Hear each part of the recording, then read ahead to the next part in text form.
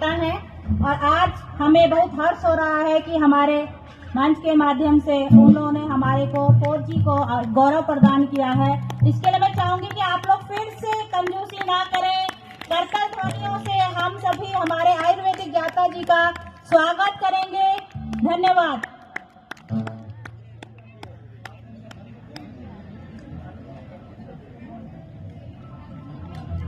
करतल ध्वनि रुकनी नहीं चाहिए।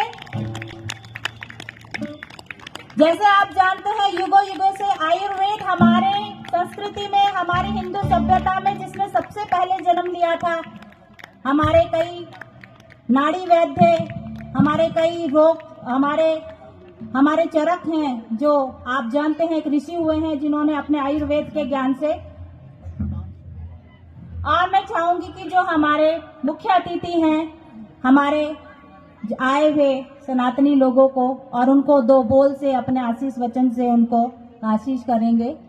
मैं चाहूंगी कि हमारे मुख्य अतिथि जी हमारे बीच में आके अपने 2 बोल से हमें आशीष वचन दें। धन्यवाद।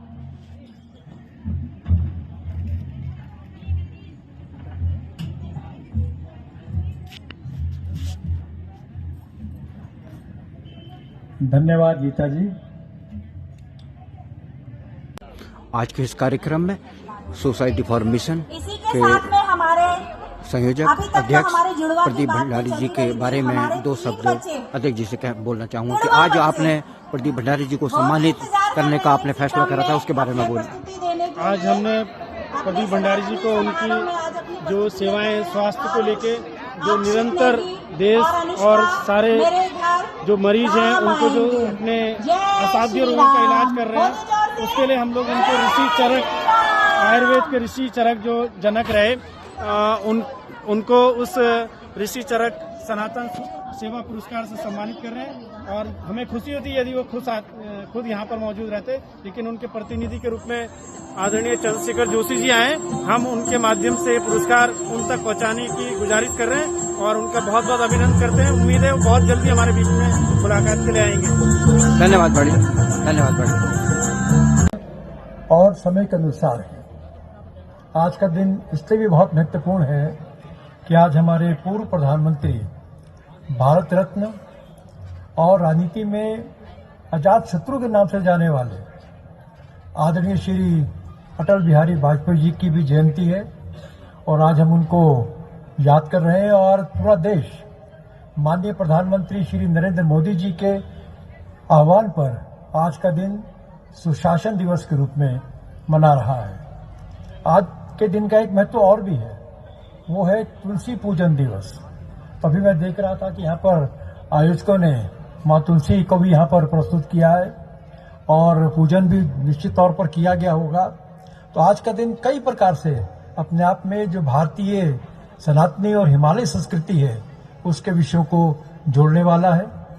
अभी सुभाष भट्ट जी ने और प्रजापति जी ने कार्यक्रम का जो स्वरूप बताया, निश्चित तौर पर मैं उससे बहुत प्रभावित हूँ।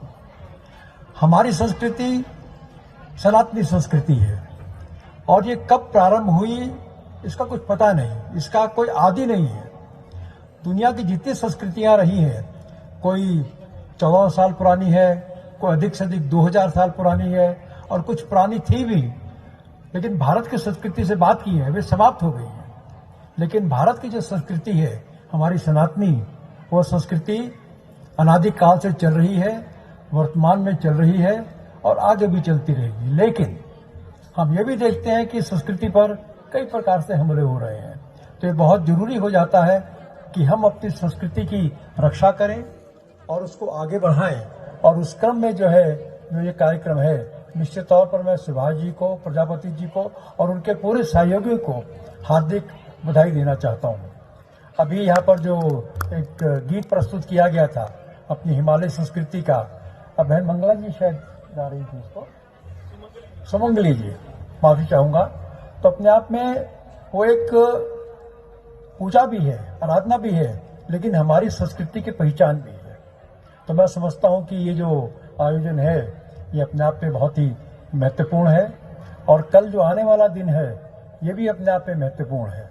कारण यह है कि कल प्रधानमंत्री मोदी जी के प्रारंभ करने पर कल वीर बालक दिवस मनाया जा रहा है। और गुरु गोविंद सिंह जी के जो 2 पुत्र थे उनकी कल शहादत हुई थी। इस समय पूरे देश के अंदर सिख बंधु हैं वो एक शहीदी सप्ताह मना रहे हैं। उसका कारण यह है कि मुगलों के हमले के बाद इस पूरे सप्ताह के अंदर गुरु गोविंद सिंह जी ने और उनके परिवार किसी प्रकार से भी अपना समर्पण नहीं किया। अपने देश और धर्म की रक्षा के लिए उनके चारों पुत्र जो है इसमें शहीद हो गए। इनमें 2 पुत्रों की शहादत कल के दिन हुई थी और 2 पुत्रों की शहादत अलग से हुई। और साथ ही उनकी जो पत्नी थी माता गुजरी देवी, वे भी इसी सप्ताह के अंदर भी उनका निधन हो गया था। तो इस प्रकार से एक महान हमारे गुरु ने देश और संस्कृति के लिए, धर्म के लिए अपने पूरे परिवार का बलिदान दे दिया था। तो वर्तमान में जो सप्ताह 20 तारीख से चल रहा है और आगे 2 दिन और चलने वाला है, वो भी हमारे और आपके लिए बहुत प्रेरणा का स्रोत है। और एक बात मैं और कह के अपनी बात को समाप्त कर दूंगा कि 22 जनवरी अगले वर्ष को एक देश के इतिहास में एक नया पन्ना और जुड़ने वाला है। 500 वर्ष के लगातार संघर्ष के बाद आज वहां पर जिस प्रकार से भव्य राम मंदिर का निर्माण हो रहा है और 22 जनवरी को हमारे माननीय प्रधान पर प्राण प्रतिष्ठा करने वाले हैं, तो वो दिन भी हमारे लिए बहुत ही गर्व का विषय है, हमारी संस्कृति का विषय है, हम सब भारतीयों के लिए गर्व का विषय है। और मैं कई बार कहता हूं अपने वक्तव्यों में कि हमारी आपकी पीढ़ी जो है बहुत सौभाग्यशाली है। कारण ये है कि 1528 में जब बाबर मुगल बादशाह था, राम मंदिर का जो है उसको विध्वंस किया गया था और तब से लेकर के अब तक लगातार इसमें संघर्ष के बाद संघर्ष होते रहे।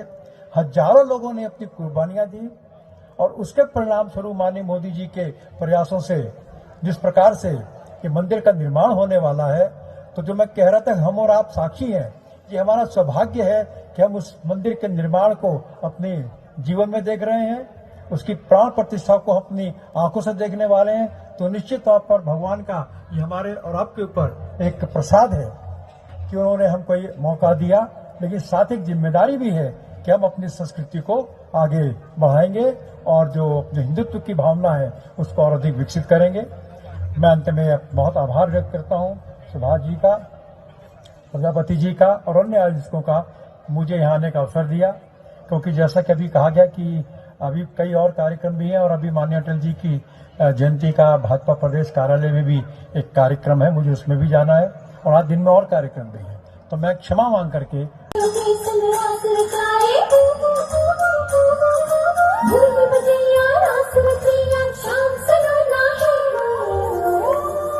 जो है अलबेला मदनैनो वाला, जिसकी दीवानी ब्रिज की हर बाला, वो किसना है, वो किसना है।